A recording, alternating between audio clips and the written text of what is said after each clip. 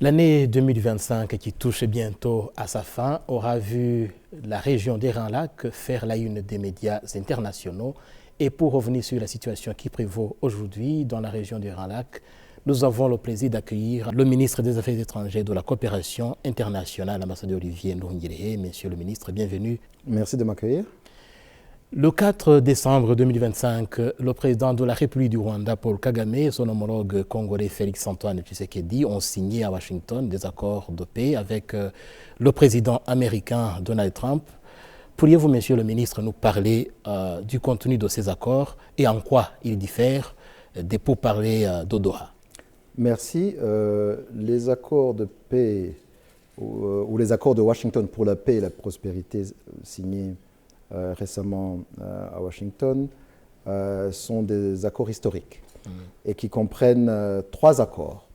Il y a la déclaration de principe qui avait déjà été signée à Washington le 25 avril, l'accord de paix qui a été signé aussi à Washington le 27 juin et le cadre économique d'intégration régionale qui a été signé le 4 décembre à Washington. Ces trois accords, plus tout autre accord de mise en œuvre, forment les accords de Washington pour la paix et la prospérité.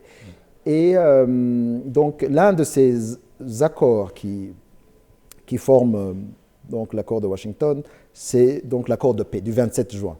Cet accord était très important puisqu'il résume la question par ces trois aspects. Il y a l'aspect sécuritaire, l'aspect politique et l'aspect économique. Pour l'aspect sécuritaire, c'est bien sûr la question des FDLR, où les deux parties se sont engagés à neutraliser les génocidaires FDLR qui sont armés et soutenus par Kinshasa, mais aussi à lever les mesures rwandaises de défense. Donc ce sont la question sécuritaire qu'il y a entre les deux pays. Puis vous avez parlé de Doha. Oui. La Doha, c'est le deuxième aspect qui est l'aspect politique. Nous nous sommes engagés à soutenir les parties congolaises que sont le gouvernement congolais et l'AFC M23, qui est un mouvement congolais représentant une communauté congolaise, à se mettre sur une table de discussion pour s'attaquer aux causes profondes de la question, qui est généralement liée à la question des Congolais rwandophones, ou généralement les Congolais Tutsis qui sont marginalisés et persécutés depuis des années.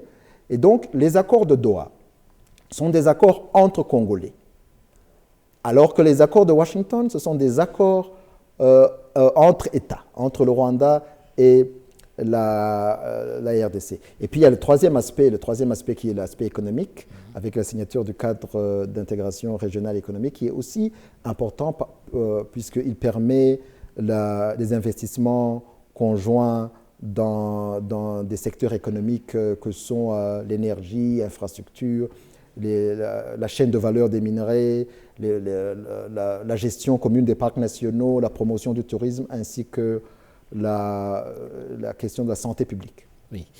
Monsieur le ministre, quelques jours seulement après la signature de ces accords, le 8 décembre, le président Félix-Antoine Tshisekedi de la République démocratique du Congo, dans son discours sur l'état de la nation, il a accusé le Rwanda de violer les termes de ces accords. Est-ce qu'avec ces accusations, il y a lieu vraiment d'être optimiste et que ces accords vont finalement aboutir? Ce sont des accusations cyniques, mais qui ne sont pas surprenantes, puisque vous vous rappelez que c'est le même président Tshisekedi qui avait déclaré lors de la campagne électorale de 2023 qu'il va bombarder Kigali sans mettre un soldat sur le sol rwandais, qu'il va soutenir la jeunesse rwandaise pour se débarrasser de ce régime diabolique, comme il disait, avec ce genre de langage qui n'aidait pas dans la coexistence pacifique entre pays de la région. Et je rappelle aussi que même l'année passée, lors de la négociation du processus de Luanda, le président Tshisekedi n'avait pas respecté le cessez-le-feu qui était entré en vigueur le 4 août. Et puis maintenant, à l'heure où on parle, et surtout, disons, depuis la signature de l'accord de paix du 27 juin, il n'y a aucun jour où des avions de chasse ou des drones d'attaque de l'armée congolaise ne bombardent les positions de l'AFC M23, ce qui est en violation du cessez-le-feu, mais aussi ne bombarde les communautés banyamulenge dans un contexte de montée des discours de haine. Et d'ailleurs, ils ne s'en cachent pas, puisque au Congo, à Kinshasa, ils disent ouvertement que leur mission est de reprendre les territoires perdus, et ils se vantent même de l'efficacité de leurs drones et de leurs avions de chasse. Mais malheureusement, c'est en violation du cessez-le-feu. Et le Rwanda a toujours pris soin d'alerter la communauté internationale, d'alerter les pays occidentaux et d'autres partenaires sur cette question, et ils étaient d'accord que c'était un problème.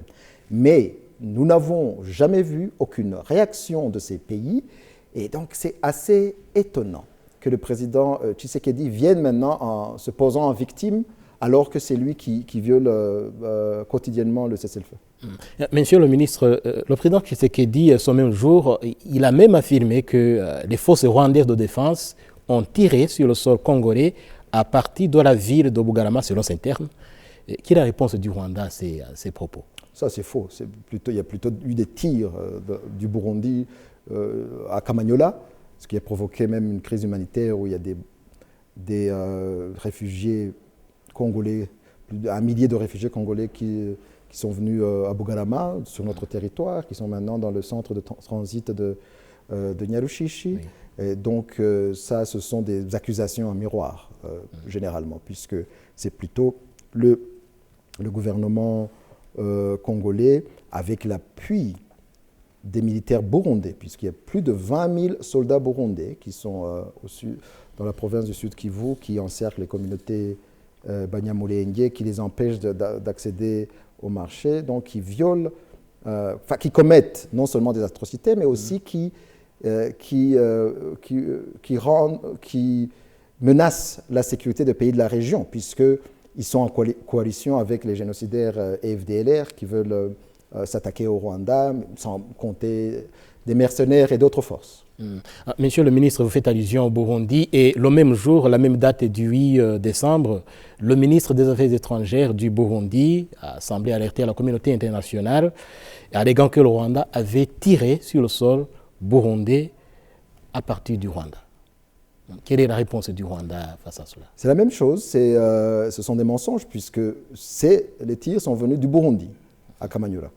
Et puis, au Burundi, en fait, le problème, c'est leur intervention à la province du sud de Kivu, qui menace la sécurité de la région, sans parler de s'en prendre aux communautés banyamulenge. Donc, il est difficile d'avoir une paix dans la région sans le retrait de ces forces burundaises qui vraiment contribuent négativement à une solution pacifique de cette crise. Et d'ailleurs, on a attendu le ministre burundais des Affaires étrangères ce matin même, du 10 décembre, sur RFI, déclarant que si la ville d'Uvira tombe, toutes les options sont sur la table. Et comment interprétez-vous ces propos? Quelles sont ces options dont il parlait? Il n'y a qu'une option possible pour le Burundi, c'est le retrait de ces forces du sud de Kivu, s'ils veulent la paix dans la région.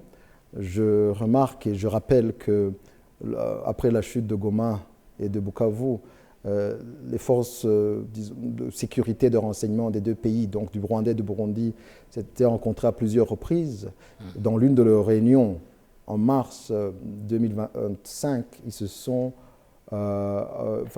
accordés ou convenus sur une déescalade de cette situation.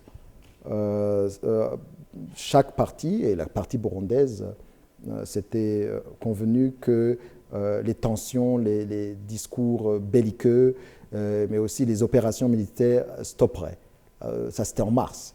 Et malheureusement, juste après cela, il y a eu 2 interviews coup pour coup du président Ndayishimiye à France 24, à BBC, qui a accusé le Rwanda de vouloir attaquer le Burundi, alors qu'on était en voie de résoudre cette question, que ce soit au niveau des services de renseignement, ou des services ou des officiers militaires, que ce soit au niveau même politique, puisque j'étais en contact avec mon homologue burundais de l'époque. Et puis après cela, le président Ndayishimiye a envoyé beaucoup plus de troupes au sud Kivu, maintenant qui ont atteint le chiffre de 20 000. Et ici, je tiens à réaffirmer l'engagement du Rwanda pour la paix. Et donc, ce qu'il faut maintenant, c'est qu'il y ait une mise en œuvre stricte du cessez-le-feu qui inclut, bien sûr, le retrait des troupes burundaises et l'arrêt de ces frappes aériennes. Pour terminer, Monsieur le ministre, parlons de la situation qui prévaut aujourd'hui à Uvira, avec surtout les récentes avancées des forces de l'AFC M23. Nous avons vu de nombreuses réactions, y compris les réactions du groupe de contact international pour la région du Grand Lac qui condamne le Rwanda. Quelle est la réponse du Rwanda face à ces accusations? J'ai lu cette déclaration du groupe international de contact qui comprend généralement les pays occidentaux et j'ai été surpris par cette déclaration. Premièrement, dans cette déclaration, il n'y a aucun mot sur ces frappes aériennes dont on parlait. Or, j'avais fait part de nos préoccupations à tous mes homologues, même aux ambassadeurs ici à Kigali, et ils étaient même d'accord que c'était un problème qu'ils allaient faire passer des messages à Kinshasa. Or, dans ce communiqué, il n'y a aucune mention de ces frappes aériennes qui sont une violation du cessez-le-feu. Et puis, deuxièmement, il n'y a aucune mention des troupes burundaises, alors qu'ils participent dans cette crise par la persécution de ces communautés banyamulenge, dans la déstabilisation de la région. Alors que même ces mêmes pays occidentaux du groupe international de contact aussi avaient reconnu que c'était un problème et qu'ils avaient accepté de faire passer des messages à Bujumbura. Donc, non seulement il n'y a rien dans ce communiqué à propos de ces deux sujets, mais aussi il n'y a eu aucun communiqué précédent qui avait condamné ces frappes ou ces interventions. Et donc, c'est comme si ces pays occidentaux se réveillent lorsque celui qui est attaqué par ces frappes, aussi répond à ces attaques. Oui. Donc, il faut quand même qu'il y ait une cohérence de la part de la communauté internationale et surtout de la part des pays occidentaux. Alors, selon vous, Monsieur le ministre, comment comprendre cet acharnement contre le Rwanda? Ça ne se passe pas seulement aujourd'hui.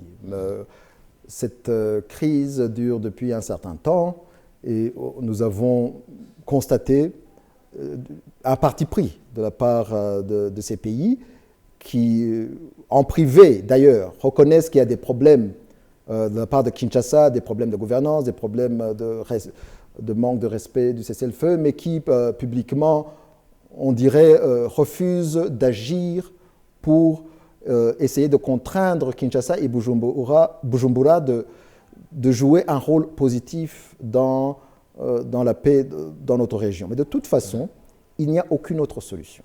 On a déjà négocié et signé des accords qui sont de bons accords, les accords de Washington pour la paix et la prospérité, et même l'accord cadre de Doha, ce sont de bons accords. Donc, on ne doit pas négocier d'autres accords. On les a déjà.